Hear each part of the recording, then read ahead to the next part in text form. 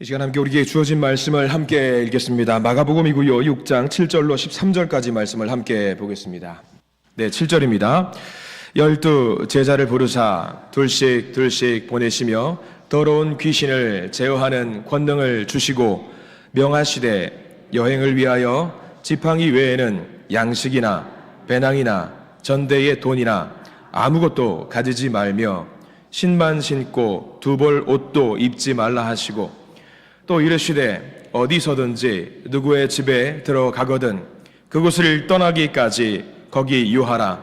어느 곳에서든지 너희를 영접하지 아니하고 너희 말을 듣지도 아니하거든 거기서 나갈 때에 발 아래 먼지를 떨어버려 그들에게 증거를 삼으라 하시니 제자들이 나가서 회개하라 전파하고 많은 귀신을 쫓아내며 많은 병자에게 기름을 발라 고치더라. 아멘.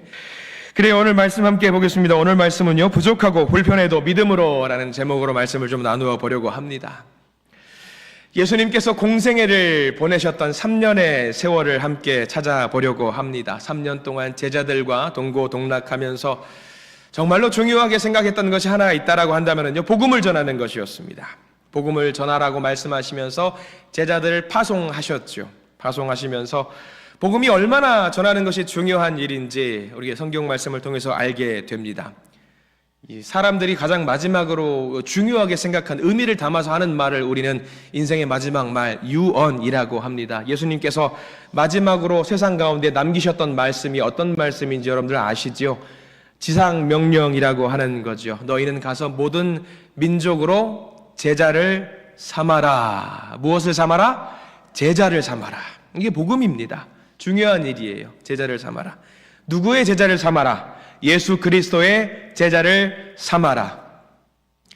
여기서 우리가 제자라고 하면은요, 그냥 뭐 가르치는 사람과 배우는 사람, 그런 제자를 말씀하는 거 아닌가 생각하기 쉽지만 그런 제자가 아닙니다.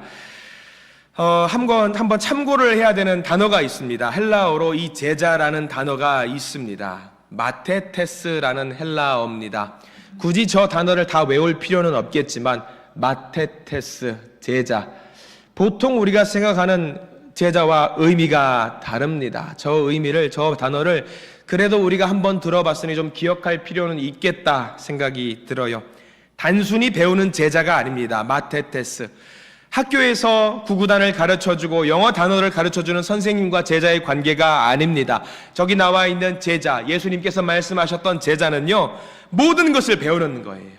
삶의 방식과 인격과 가치관과 습관과 모든 것을 물려받는 제자가 저기 나와 있는 마테테스라는 단어입니다. 예수님께서 알려주신 단어 마테테스. 내 제자가 되어라. 내 모든 것을 배워라. 내 습관과 내 말투와 내 인격과 내 습관 모든 것을 다 배우는 제자들이 되어라. 저게 마테테스입니다. 단순하게 영어 단어 배우는 제자가 아닙니다. 그래서 예수님께서는 3년의 공생의 기간을 통해서 모든 것을 가르치고 보여주셨습니다. 그래서 우리가 읽은 오늘 본문에서도 예수님께서 제자들을 어떻게 훈련시키셨는가 그것이 바로 드러납니다. 우리도 제자가 되기를 소망합니다. 이 땅에 살면서 신앙생활하면서 그리스도인이라고 불리는 것에서 끝나는 것이 아니라 진정 그리스도인이라고 하면은요, 어떤 삶을 살아야 되느냐? 제자의 삶을 살아야 됩니다. 그렇기 때문에 제자가 되시는, 제자의 삶을 사시는 저와 여러분들 되시기를 간절히 축원합니다. 많은 사람들이 오해합니다. 제자라고 하면은 그래요, 장로님이나 목사님이나 권사님이나 어떤 사역자들, 세움받은 사역자들의 그런 사람들이 제자의 삶을 살고 우리는 그저 뒤에서 물심양면으로 기도하고 후원을 하면 되는 거 아니겠습니까? 맞습니까? 틀립니까? 틀립니다. 잘못된 생각입니다. 한 집사님이 이과 대화를 나누면서 비슷한 대화를 한 적이 있습니다. 굳이 구분을 하시더라고요. 저에게 이렇게 말씀하십니다. 목사님, 저는 제자로 사는 것은 좀 됐고요. 그냥 자녀의 삶을 살기를 원합니다. 그것으로 충분합니다. 라고 말씀을 하시길래 제가 곰곰이 생각하면서 다시 물어봤습니다. 제자는 뭐고 자녀는 뭡니까? 라고 물어보니까 대답을 한참 못 하셔요. 아마 그런 생각을 가지셨던 것 같아요. 제자는 힘들어 보여요. 힘들어 보여요. 일을 많이 해야 될 것 같아요. 반면에 자녀는 어때요? 쉬울 것 같아요. 얻어먹기만 하면 될 것 같아요. 그래서 정리를 해드렸습니다. 제자와 자녀가 같은 겁니다. 다른 거 아닙니다. 같은 거예요. 성경 말씀을 하나를 오늘 본문 말고 더 보려고 합니다. 화면에 띄워드릴 겁니다. 사도행전 11장 26절 말씀. 같이 한번 읽어볼까요? 시작. 안디옥에 데리고 와서 둘이 교회에 1년간 모여 있어 큰 무리를 가르쳤고 제자들이 안디옥에서 비로소 그리스도인이라 일컬음을 받게 되었더라. 저 말씀 잘 보십시오. 제자가 곧 누굽니까? 그리스도인입니다. 그리스도인이 누구죠? 곧 제자입니다. 그리스도인이 곧 제자입니다. 혹시 여기 계신 분들 중에 나는 그리스도인이 아닙니다 라고 생각하시는 분 손 한번 번쩍 들어주시기 바랍니다. 그분은 스파이입니다. 조심하십시오. 여러분들 모두가 그리스도인입니다. 그러면 그리스도인이면 곧 뭐다? 제자다. 그럼 여러분들은 그리스도인이면서 또 뭐라는 이야기지요? 제자입니다. 모두가 다 제자입니다. 제자예요. 우리들 모두가 다 예수님의 제자입니다. 한 반에 보면은요, 어떤 학생은 공부를 잘하는 학생이 있습니다. 어떤 학생은 운동을 잘하는 학생이 있습니다. 어떤 학생은 사교성이 대단히 좋습니다. 어떤 학생은 밥을 매우 잘 먹는 학생이 있습니다. 어떤 학생은 좀 수줍어하는 학생도 있습니다. 어떤 학생은 금방 상처를 받는 학생도 있습니다. 여러분들은 어떤 학생에 해당됩니까? 선생님이 그 학생들을 칭할 때 뭐라고 칭하지요? 제자라고 칭합니다. 부족해도 제자, 잘나도 제자, 못나도 제자, 모두가 다 제자입니다. 다 제자입니다. 그래서 우리 신앙생활의 목표는요, 우리가 제자인데 제자다움을 회복하는 것이 우리에게 굉장히 중요한 겁니다. 제자다움을 회복하는 것. 예수님께서 가셨던 그 길을 따라가고 예수님의 삶을 내 삶에서 드러나게 하는 것이 제자의 목표입니다. 마테테스의 목표입니다. 제자가 가지고 있는 것, 예수님이 보여주신 모든 것을 보여주는 거예요. 구구단을 가르쳐줬습니다. 이는 이, 이는 사. 그것만 알려주는 것이 제자가 아니라 그것을 가르쳐 주실 때 어떠한 표정으로 가르쳐 주셨고 어떠한 톤으로 가르쳐 주셨고 어떠한 다정한 모습으로 가르쳐 주셨는가, 그건 모든 것을 배우고 몸소 실현하는 것이 제자인 겁니다. 사랑하는 우리 믿음의 한신 성도 여러분, 예수 그리스도의 제자로 살아가시기를 간절히 축원합니다. 간절히 소망합니다. 그래서 오늘 마가복음 6장 7절에서부터 13절까지를 잘 보시면 처음으로 이 제자들이 전도의 사역을, 복음 전도의 사역을 감당하기 위해서 파송을 받는 모습이 기록이 되어 있습니다. 그러면서 어떤 제자가 되어야 되는지 예수님께서 알려주고 계세요. 이 말씀을 통해서 은혜를 누리고 싶습니다. 어떤 모습을 우리가 취해야 되는지 함께 보도록 하실까요? 좋습니다. 첫 번째입니다. 우리가 이 말씀을 한번 화면을 보시고 같이 한번 읽어볼까요? 어떤 제자가 되는지, 어떤 제자가 되어야 되는지. 1번입니다. 같이 한번 읽어보겠습니다. 시작. 복음을 전하는 제자가 되어라. 그겁니다. 복음을 전하는 제자가 되어라. 나의 모습을 드러내는 제자가 아닙니다. 복음을 드러내는 제자가 되어라 라는 이야기입니다. 오늘 말씀 8절과 9절 말씀에는요, 예수님께서 제자들을 파송하시는 모습이 기록이 되어 있어요. 이 파송하는 시점을 한번 우리가 잘 봐야 되는데 굉장히 빠릅니다.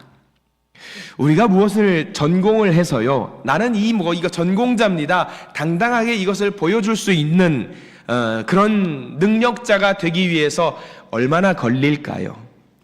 기타를 하나 배워요. 잘 쳐요. 그래서 난 이거 잘 칩니다, 가르쳐 줄 수 있는 그런 자격이 되기까지는 얼마나 많은 시간이 걸릴까요? 굉장히 많이 걸리겠지요. 저 같은 목사는요, 이렇게 자리에 올라와서 말씀을, 성경을 공부하며 주석을 보면서 가르치고 말씀을 나누기까지 얼마나 걸릴 것 같습니까? 얼마나 걸릴 것? 한번 추측을 한번 해보실래요? 자, 목사 안수를 받기까지 요즘은 좀 달라요. 군종장교라는 자격이 있기 때문에 그건 좀 번외로 하고, 일반적으로 목사님이 되려면 몇 년이나 걸릴까요? 대충 1년, 2년 공부하면 되겠죠. 자, 신학교 4년, 더하기 잘하십시오. 대학원은 2년에서 3년. 자, 덧셈 몇 년이죠? 6년에서 일단 7년. 길게 보시죠. 7년. 자, 그리고 인턴 교육이라는 게 있습니다. 2년에서 3년입니다. 자, 그리고 목사고시를 보기 위해서 또 2년, 3년 걸려요. 다 더하셨죠? 몇 년이에요? 10년을 넘어야 됩니다. 13년, 감사합니다. 길게 잡아도 13년, 짧게 잡아도 10년. 군종장교 같은 경우는 좀 빨리 받아요. 군복 목사님이 되기 군대를 파견해야 되기 때문에 7년 걸립니다. 못해도 7년, 길게는 10몇 년 걸립니다. 그래야지 교단에서 겨우 인정해주는 삼위일체 하나님의 이름으로 축복하는 축복권을 겨우 받게 됩니다. 그 자리에 올라가서 삼위일체 하나님을 축복할 수 있을까요, 없을까요? 성부, 성자 이렇게 돼요. 이게 말 나오기까지가. 실질적인 교육자의 생활을 하고 한 교회 담임 목사가 되기 위해서 걸리는 시간은 몇 년이 걸릴까요? 제가 여러분들과 담임 목사가 되기 위해서 만나는데 걸리는 시간 몇 년이 걸렸을까요? 15년. 좋습니다. 좋습니다. 저는 여러분들과 만나기 위해서 신학교육을 26년 받았습니다. 26년간 공부를 하고 사역자의 생활을 하는 가운데 26년 만에 겨우 여러분들과 만나서 이렇게 신앙생활을 하게 된 겁니다. 물론 저는 좀 오래 걸렸어요. 왜? 공부를 못했거든요.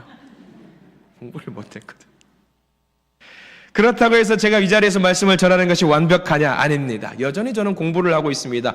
여러분들 새벽 예배 시간에 우리가 시편 말씀을 한 장씩 묵상을 하고 있지요. 저는 시편 말씀을 볼 때마다 늘 제 주변에 있는 지인들에게 말합니다. 여러분 시편 굉장히 은혜로운 말씀들이 많이 담겨 있지요. 근데 저는 한 절씩 보면서 이게 이렇게 어려운 말씀이었나 보게 됩니다. 그리고 시험에 들어요. 야, 주님 제가 뭘 공부했지요? 라고 생각하면서 더 열심히 공부해야 된다는 것을 스스로 깨닫고 알게 됩니다. 몇 년이요? 26년 걸렸습니다. 근데 오늘 말씀 보세요. 제자가 되어서 파송을 받아서 말씀 복음을 전하는데 몇 년이 걸렸을까요? 1년. 1년 만에 이 제자들은 파송을 받아서 복음을 전하게 된 겁니다. 우리 6절 말씀 잠깐 볼까요? 우리 6절 말씀, 오늘 읽었던 본문 마가복음 6장 6절 말씀에 보면은요, 중간 이후에 새로운 표제요, 12제자를 부르사 둘씩 보내시다. 다음 말씀을 같이 한번 읽어볼게요. 시작. 이에 모든 촌에 두루 다니시며 가르치시더라. 예수님께서 먼저 가르치시는 것을 보여주셨습니다. 누구와 함께 다니셨을까? 제자들과 함께 당연히 다니셨을겠죠. 복음을 전하는 모습을 몸소 보여주셨습니다. 내가 이렇게 하니까 너희들 따라서 해봐라. 내가 이런 말을 전하니까 너희들 따라서 해봐라. 몸소 보여주셨던 겁니다. 1년 동안 부지런히 가르쳐 주셨습니다. 농축된 것들을 알려주셨겠지요. 그리고 그 1년 동안의 과정을 마치고 나서 제자들에게 하신 명령이 무엇일까? 아마 여기 나와 있지는 않지만 어떤 명령인지 우리는 알 수 있습니다. 지상명령이었겠죠. 마태복음 28장 19절 말씀이에요. 화면으로 띄워드릴 겁니다. 같이 한번 마태복음 28장 19절 읽겠습니다. 시작. 그러므로 너희는 가서 모든 민족을 제자로 삼아 아버지와 아들과 성령의 이름으로 세례를 주라. 아멘. 저 말씀을 하셨을 겁니다. 복음을 전하라는 거였지요. 제자를 삼으라는 말씀이었지요.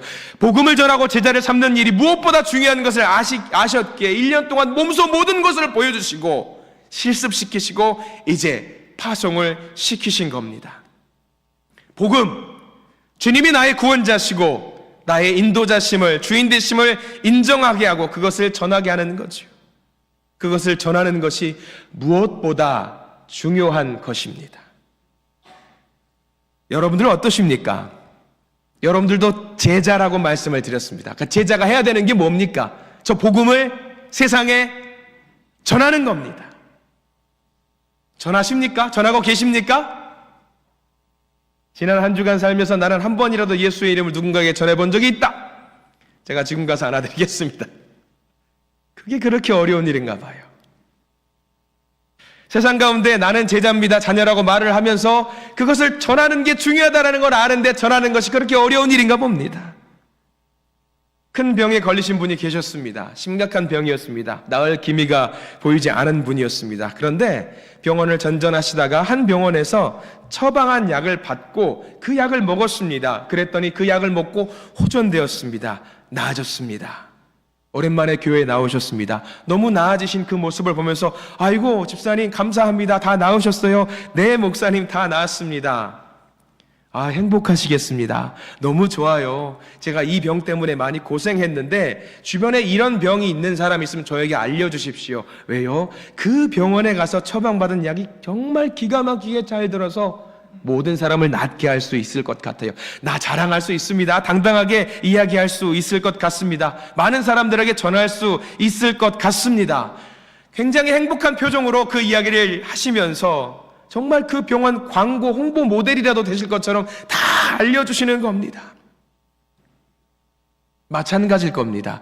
내가 어떤 행복한 것을 경험하면은요, 시키지 않더라도 알고 싶지 않은 내용까지 다 알려주고 싶을 겁니다.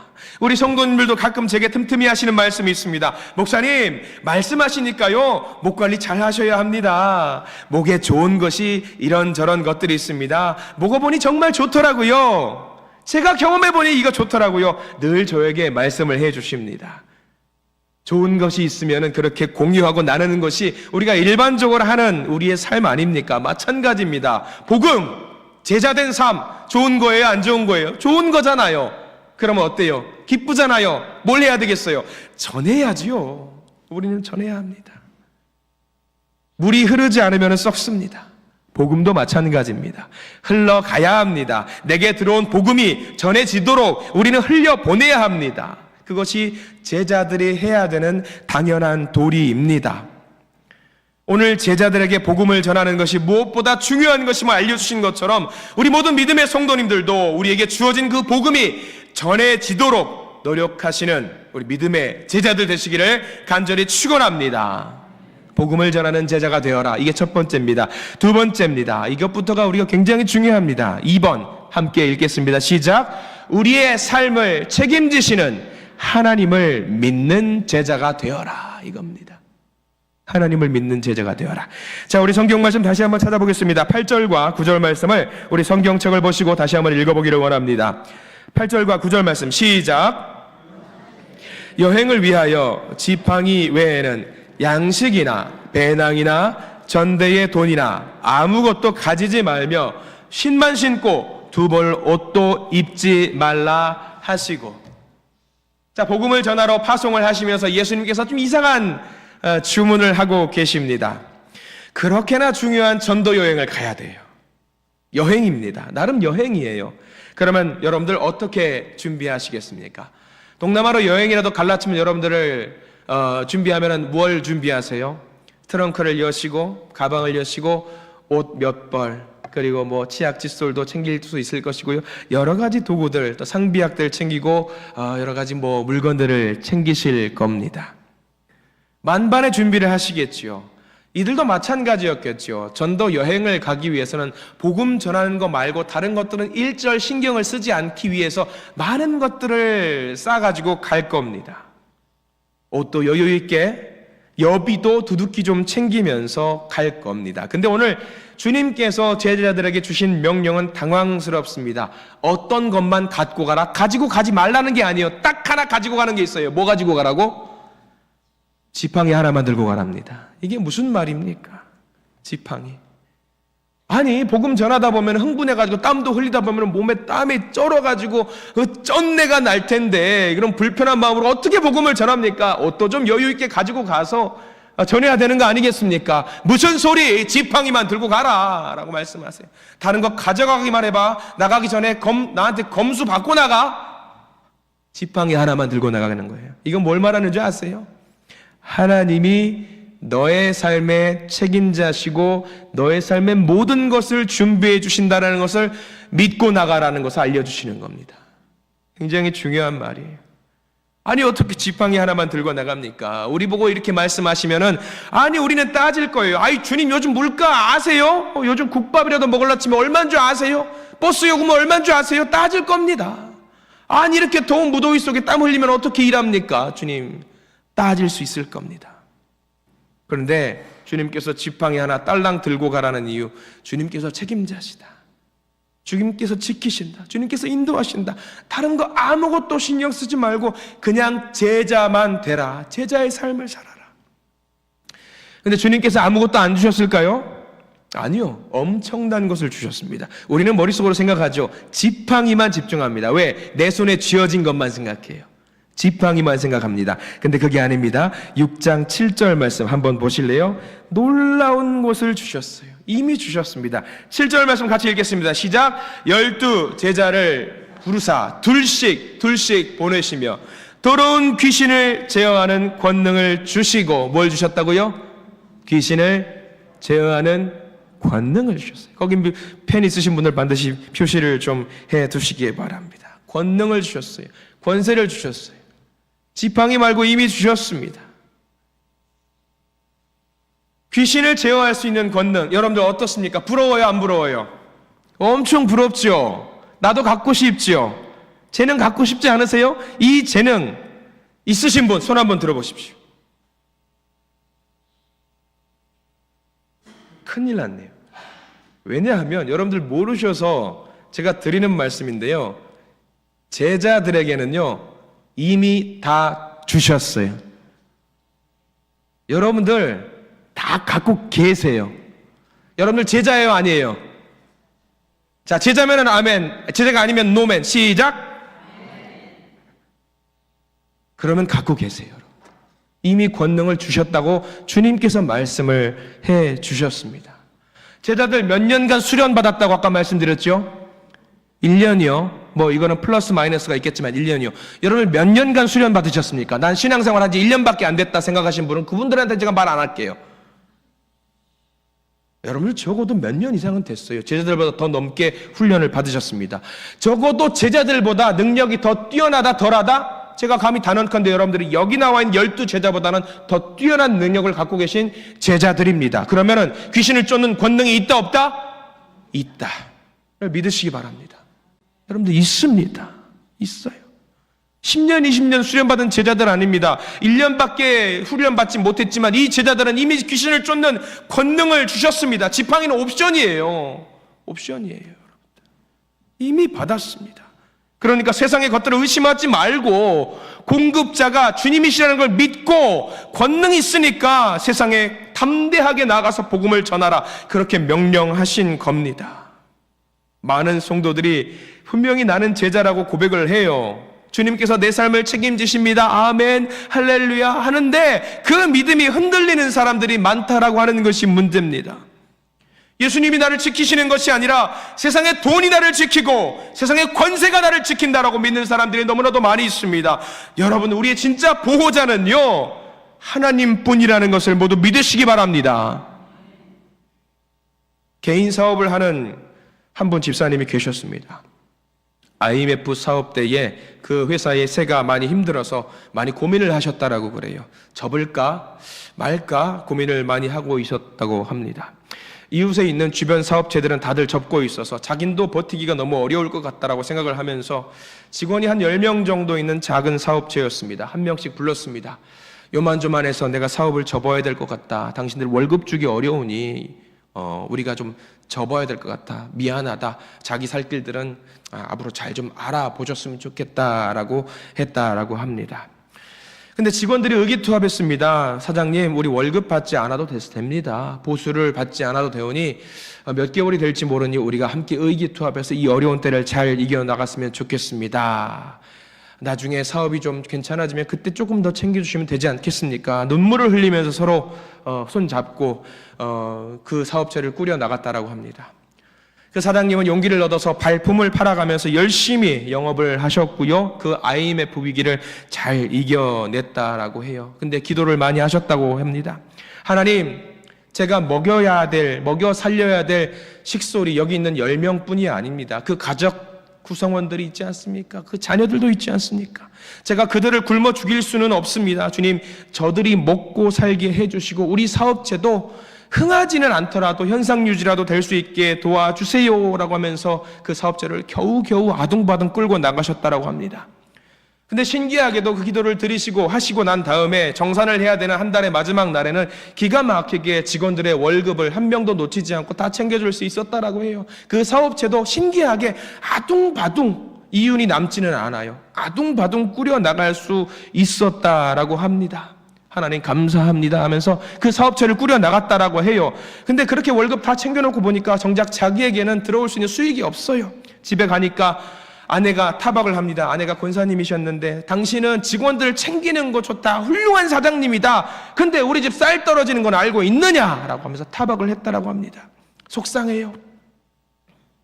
기도하는 대로 하나님이 들어주셨는데, 근데 기도를 또 하다 보니까 막상 생각이 나더라는 거예요. 내가 기도를 할 때에 직원들을 위한 기도와 사업체를 위한 기도를 했는데 누구를 위한 기도는 안 했어요?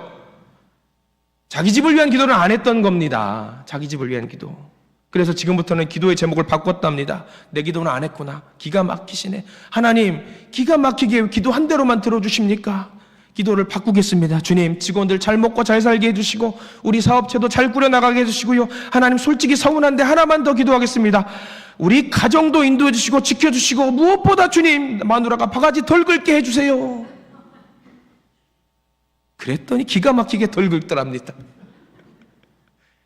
하나님께 맡기면 된다라는 거예요. 하나님께 맡기면 기도한 대로 하나님이 들어주시더라는 거죠. 여러분들, 이런 간증들이 그런 집사님이나 권사님들만 계실까요? 여러분들 다 있지 않겠습니까? 다 있습니다. 가슴속으로 꼭 담아두고 있는 하나님과 나와의 그 사랑의 어떤 고백들이 다 있으실 겁니다. 오늘 마태복음 6장 26절, 오늘 본문 말고요, 이런 말씀, 여러분들이 애정하시는 말씀이 하나 더 있을 겁니다. 마태복음 6장 26절 같이 한번 읽어볼까요? 시작. 공중의 새를 보라. 심지도 않고 거두지도 않고 창고에 모아들이지도 아니하되 너희 하늘 아버지께서 기르시나니 너희는 이것들보다 귀하지 아니하냐. 할렐루야. 저 말씀이 얼마나 소중한 말씀이에요. 우리를 지키신다. 아무것도 챙기지 말고 그냥 몸만 가도 된다라는 말씀이 저기 담겨 있습니다. 하나님께서 저런 들풀, 어떤 동물들, 새들보다 귀하지 아니하냐, 너희들 챙기지 아니하냐, 그냥 지팡이 하나만 갖고 가도 먹여 살려주실 것이다 라는 하나님의 말씀입니다. 기도하면서 여러분들의 모든 것을 맡기시기 바랍니다.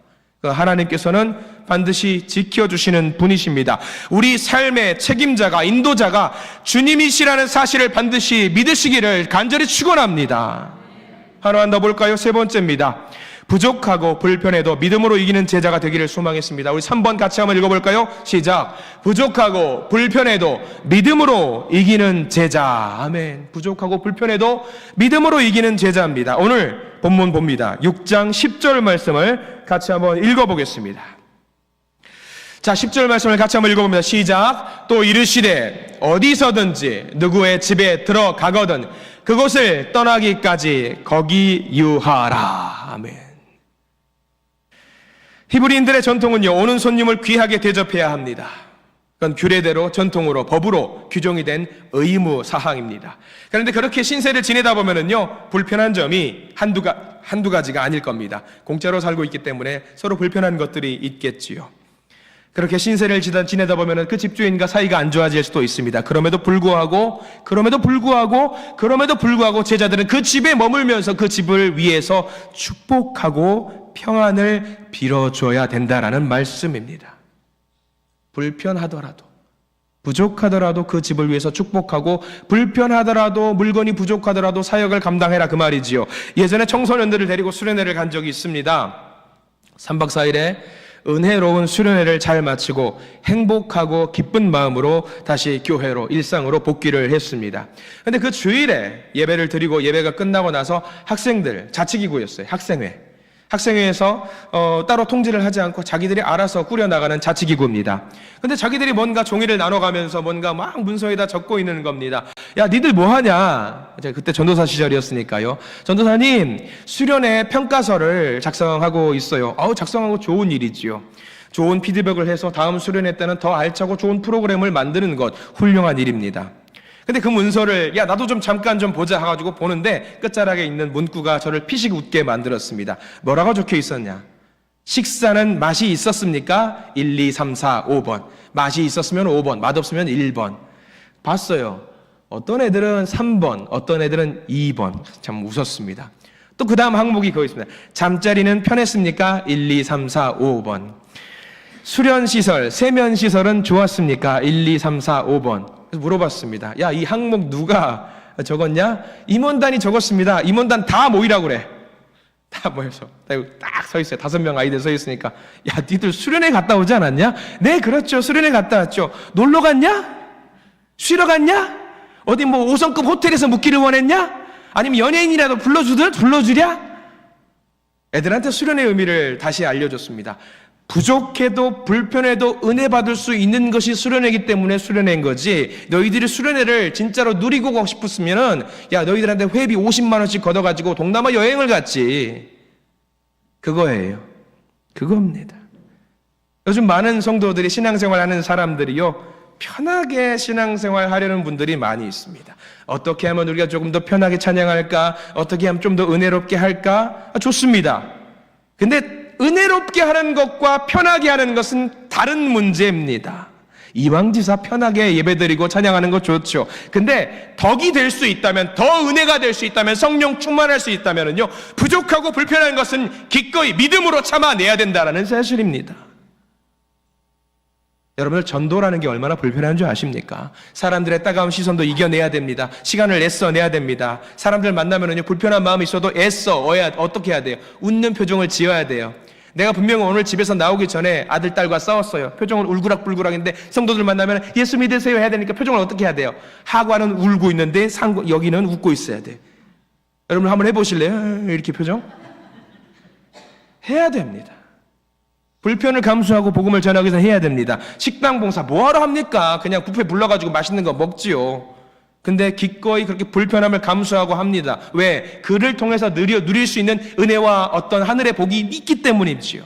여러분들 찬양단 앞에서 우리 찬양합니다. 찬양단 잘해요 못해요? 솔직히 말하지 마세요.